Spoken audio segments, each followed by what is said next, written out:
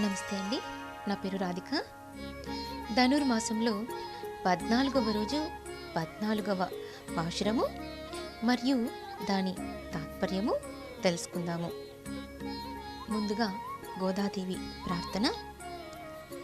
నీలాత్తు తుంగస్తన గిరితటీ సుప్తముద్బోధ్య కృష్ణం పారార్ధ్యం స్వం श्रुतिशतशिरसिद्धमध्यापयन्ती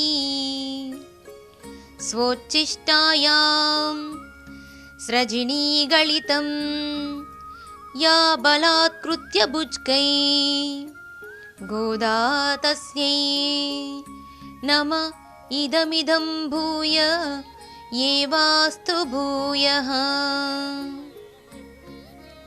14వ పాశురము. உங்கள் புஜைக்கடை தோட்டத்துவாவியுள் செங்கஜ் நீர்வாய் நெகிஜிந்து ஆம்பல்வாய் கும்பிடகான் செங்கல் போடி கூரை வேன்பல் தவத்தவர் தங்கள் திருக்கோயில் செங்கிடுவான் புகின்றார் எங்களை முன்னம் எஜுப்புவான் வாய் பேசும் நங்காய் எஜுந்திராய் நாணாதாய் நாவுடையாய் செங்கோடு சக்கரம் ஏந்தும் தடக்கையன் பங்கைய கண்ணானை பாடா ఏలోరెంబావాయ్.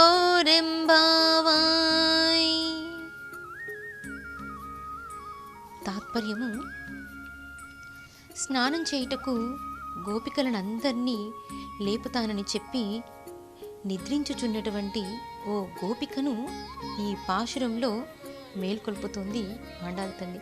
అంటే తను ముందే చెప్పిందనమాట వీళ్ళతో, నేనే మిమ్మల్ని అందరినీ ముందుగా లేపుతాను స్నానం చేయడానికి, మీ అందరికంటే నేనే ముందు లేచి మీ వద్దకు వచ్చేసి మిమ్మల్ని లేపుతాను చూడండి అంటూ ఆ గోపిక ముందు చెప్పింది. కానీ ఇప్పుడు తనే లేవ్వలేదు. సో ఆ గోపికను నిద్ర లేపడానికి ఈ పాశురంలో ప్రయత్నం చేస్తుంది. ఓ పరిపూర్ణురాలా, నీ పెరటి తోటలో దిగుడు బావిలో ఎర్రని తామరలు వికసించినవి, కలువలు ముడుచుకుని పోయిచున్నవి. తెల్లటి పలువరసగల జియ్యరు స్వాములు ఎర్రని కాషాయ వస్త్రములను ధరించి నుదుట నామములను దిద్దుకొని వైరాగ్యముతో కూడినటువంటి ఆ సన్యాసులు శంఖాలను పూరిస్తూ దేవాలయాలకు ఆరాధనలు చేయుటకై పోవుచున్నారు. లెమ్ము, ముందుగా నీవు మేల్కొని వచ్చి మమ్ములను లేపుదునని బీరాలు పలికితివి కదమ్మా, లెమ్ము. ఇప్పుడేమో మొద్దు నిద్రపోతున్నావా? దంబాలు పలుకుతావా? ఓ మాట నేర్పుగలదానా? ఇచ్చిన మాట మరచితివా ఏమిటి? నీకు సిగ్గు లేదా?